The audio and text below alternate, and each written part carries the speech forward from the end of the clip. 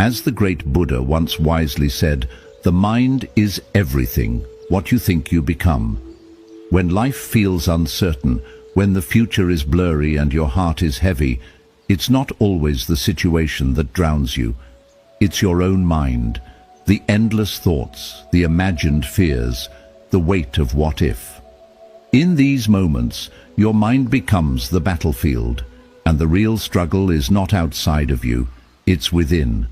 But Buddhism offers something rare in today's chaotic world, a way back to stillness, even while the storm rages on.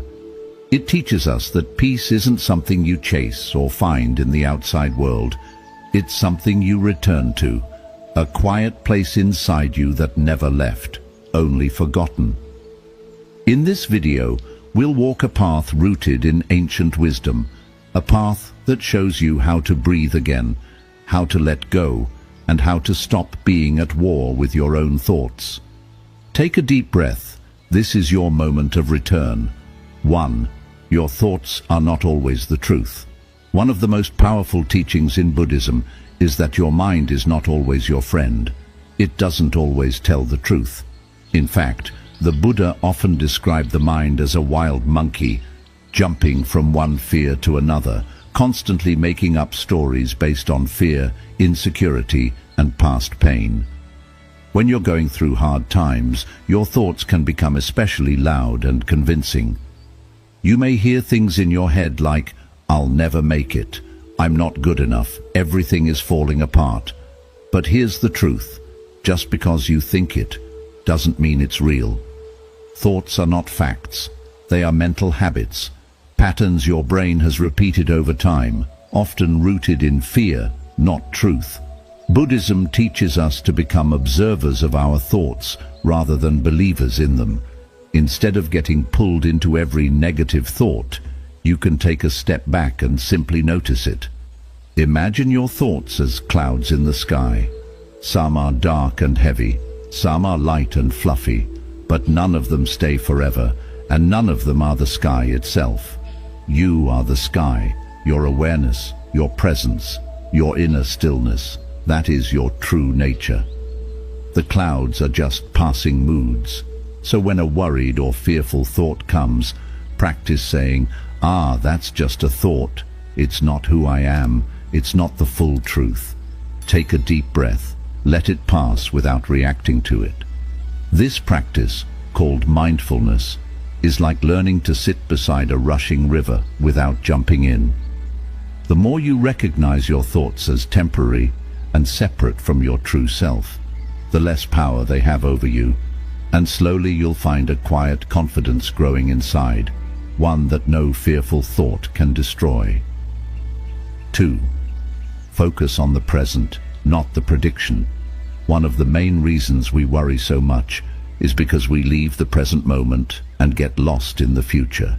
We start imagining everything that could go wrong. What if I lose everything?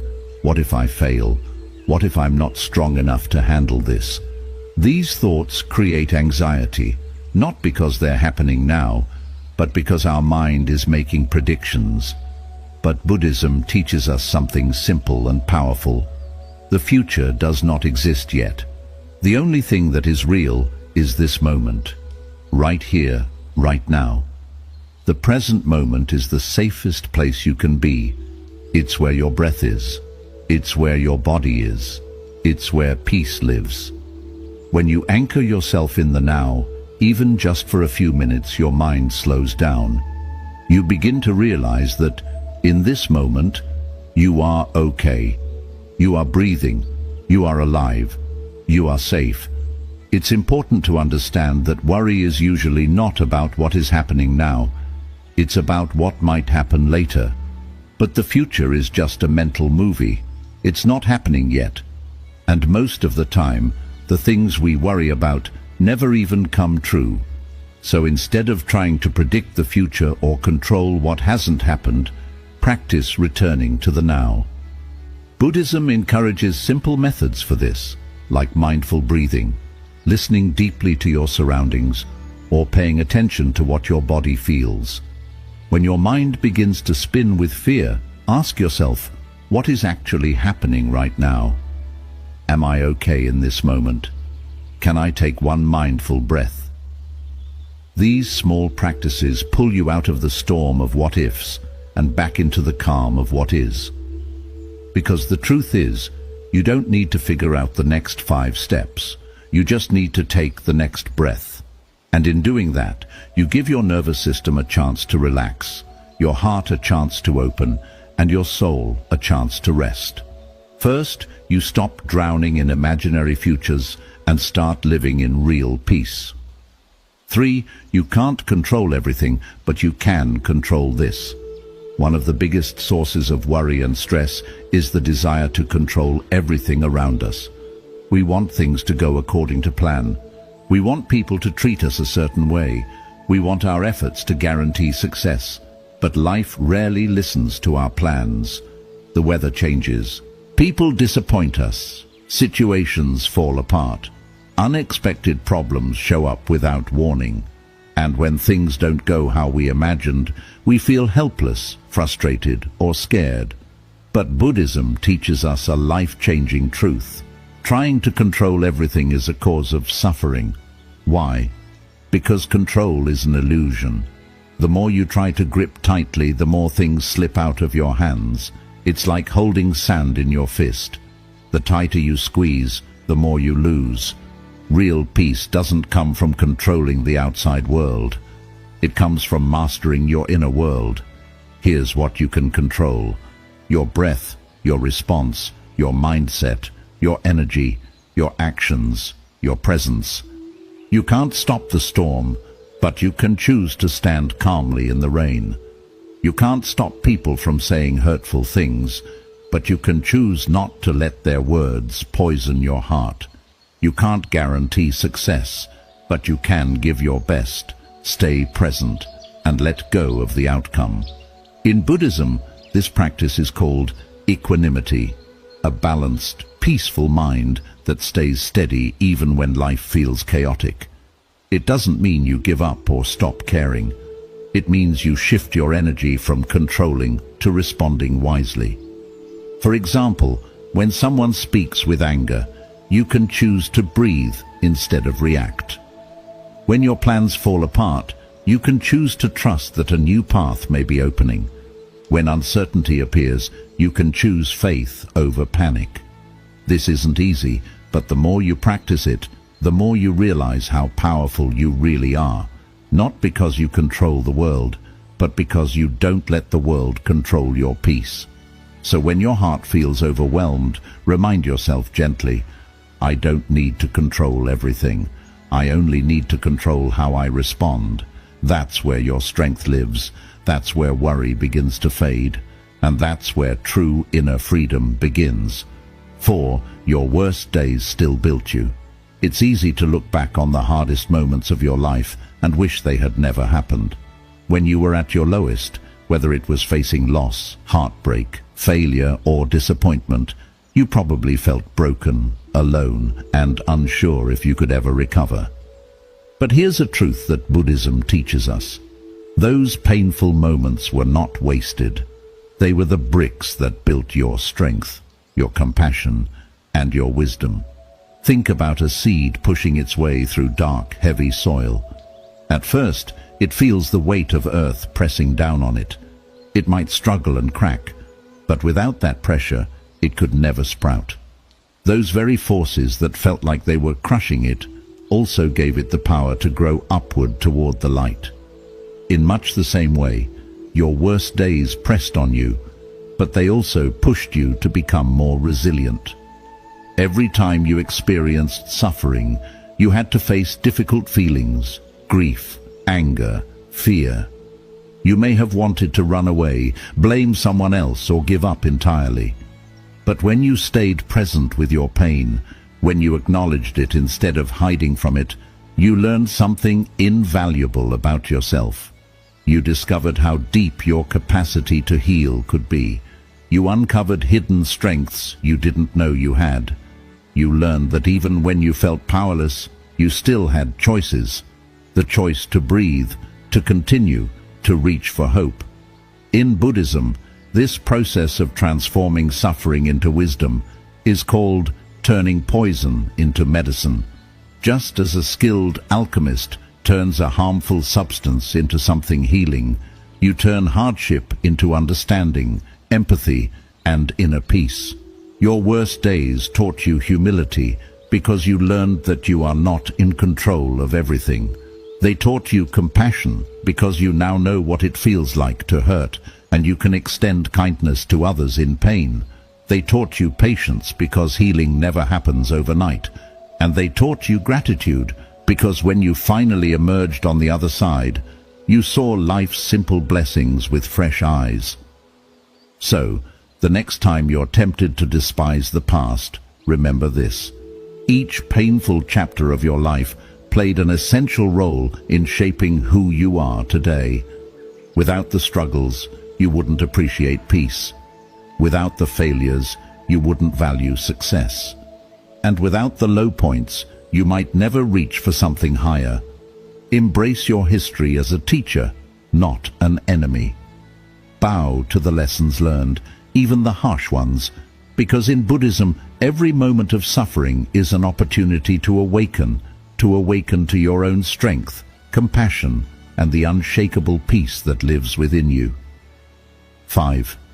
Not everything deserves a reaction. When life throws challenges your way, insults from others, unexpected setbacks or moments of self-doubt, it's natural to feel an immediate urge to respond. Our minds are wired to react swiftly. Someone says something hurtful and we lash back. A problem arises and we panic. Yet Buddhism teaches us that every reaction costs a piece of our peace. If we allow ourselves to be pulled into every conflict, our energy becomes scattered and worry takes root more deeply. Imagine your mind as a vast, calm lake. When a pebble is thrown, ripples appear. But if the lake remains tranquil, the ripples eventually subside. However, if the lake's surface is already turbulent, even the smallest pebble creates waves that grow and persist. In the same way, if your mind is agitated, filled with fears, frustrations, and unprocessed emotions, any external pebble, an unkind word, a sudden change in plans, a reminder of a past mistake, can set off a storm of reactions. Buddhist wisdom encourages you to cultivate a state of inner stillness so that minor disturbances don't automatically trigger a response.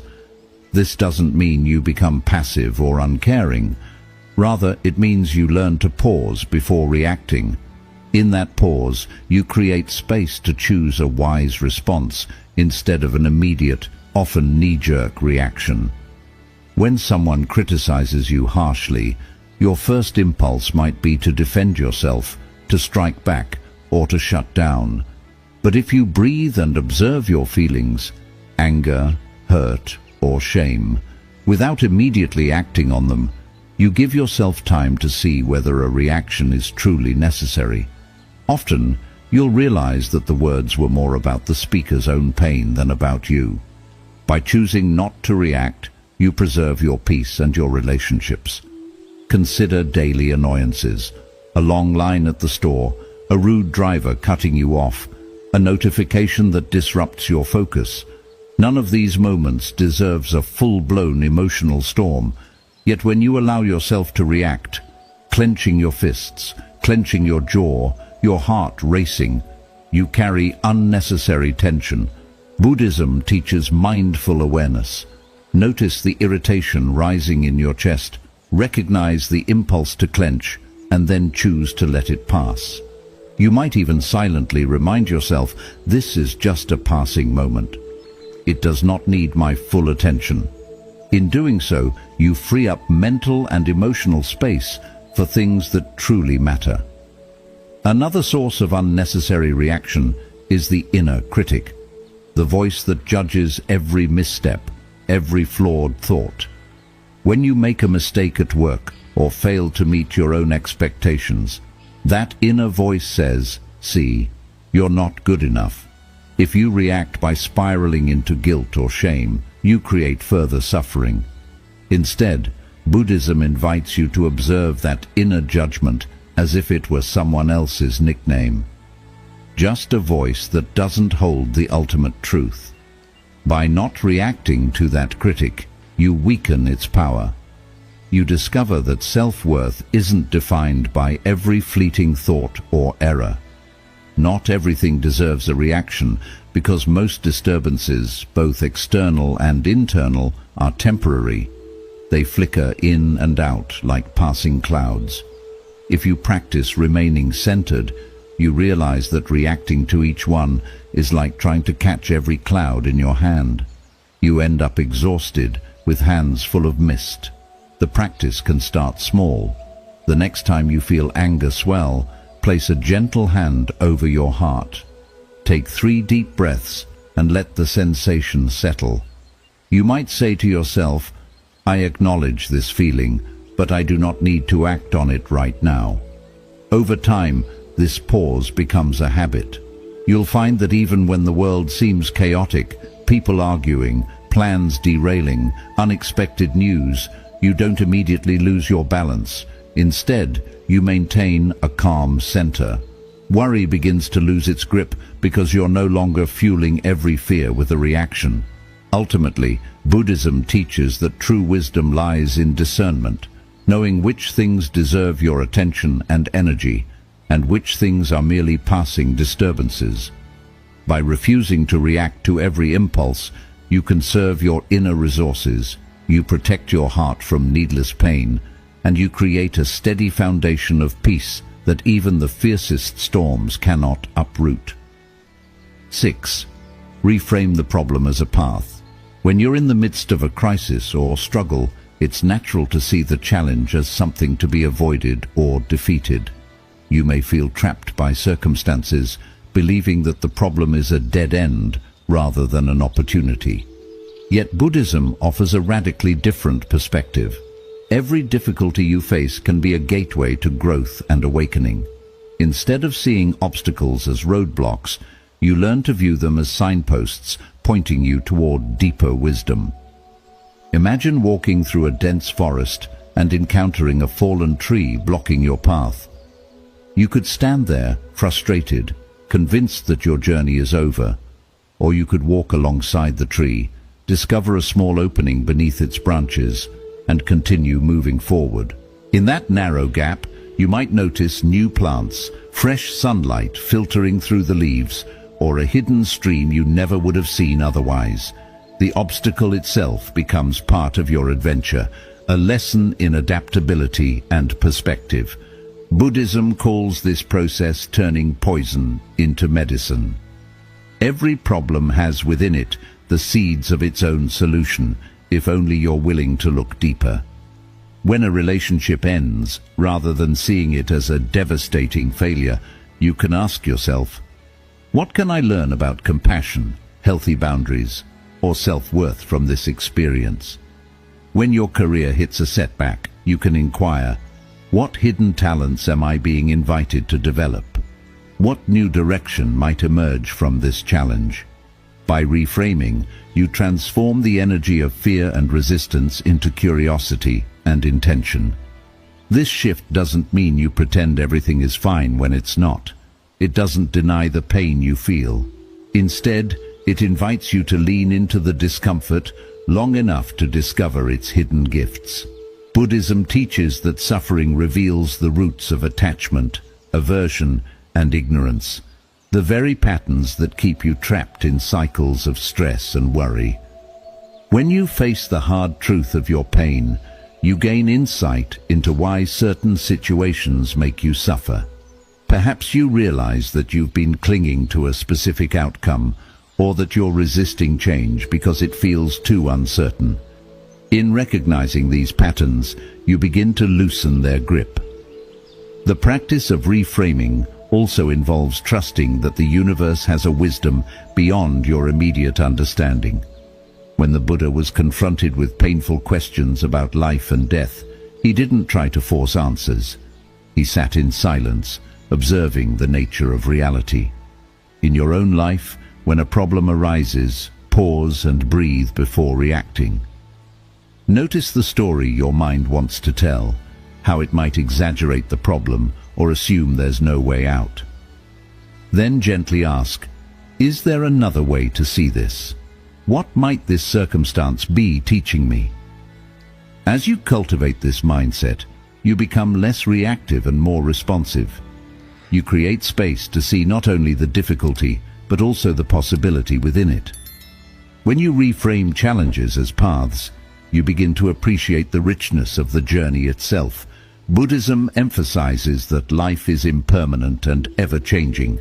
Joy and sorrow flow hand in hand. By embracing this fluidity, you're no longer a passive victim of circumstances, but an active participant in your own awakening.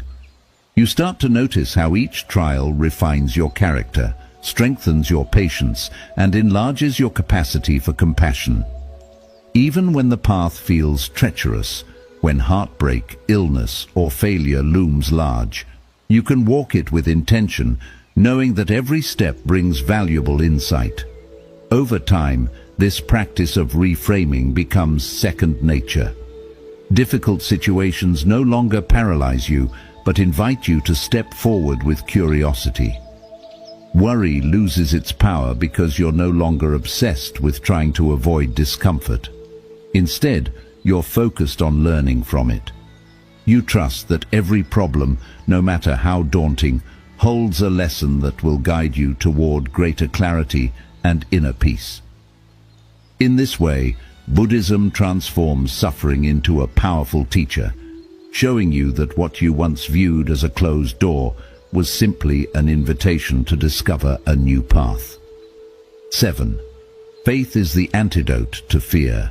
Fear often thrives in uncertainty. Imagine standing at the edge of a dark forest, not knowing what lies within. Your mind conjures every possible danger, and your heart pounds with apprehension. In Buddhism, faith, sometimes called saddha in the Pali language, is not blind belief, but an inner confidence rooted in experience. It's the light that helps you move forward even when you cannot see the entire path. When hard times darken your outlook, faith becomes a shield, allowing you to stand tall amid uncertainty. First, understand that fear often arises because the mind tries to predict outcomes it cannot control. When you ask, "What if I fail?" or "What if my worst nightmare comes true?" you are projecting possible futures onto a blank screen. Buddhism teaches that this projection is like watching a scary movie in your mind. Your imagination writes the most frightening script. Faith interrupts this by reminding you that you don't need to know the ending to take the first step. By practicing simple actions like pausing to notice your breath or remembering past times when you overcame challenges, you build an inner trust that life can unfold wisely, even if you don't have all the answers. Next, understand that faith comes from real experience, not from motivational quotes. Think about times in your life when you faced difficulties, maybe an unexpected illness, a broken relationship, or a financial problem, and still found a way through. Remember how, even without seeing the solution at first, you found strength within yourself, resilience, creativity, or the help of friends or strangers. Those moments prove that support is available, sometimes from your own heart, sometimes from the world around you. By recalling these times, you nourish the seed of faith. If I made it through before, I can trust myself to face uncertainty again. Another way Buddhism builds faith is through the idea of impermanence, anicca. Everything changes, including your situation, emotions, and even your body. When you realize that no painful moment lasts forever, you start to trust the natural rhythm of life. Just as storms always pass, your present challenges will pass as well. Accepting this truth doesn't mean becoming inactive. Instead, you understand that both good and difficult times come and go. With this awareness, you can rest more calmly in the present, knowing that today's fear will not remain. Faith also grows through community and the support of wise teachers, whether through scriptures, meditation guides, or caring friends. In early Buddhist communities, people gathered to listen to the Buddha's teachings and share their experiences. This shared faith reminds you that you are not alone in what you face. Others have walked similar paths, found ways to heal, and discovered peace. When you hear stories of monks staying calm during crises, or practitioners turning suffering into compassion, it plants a seed within you. If they could do it, maybe I can too. These examples strengthen your belief that change and healing are possible. Buddhism also teaches that faith and effort work together. Faith is not about waiting for miracles. It is about actively taking part in practice. Even one sincere breath taken mindfully can strengthen your conviction.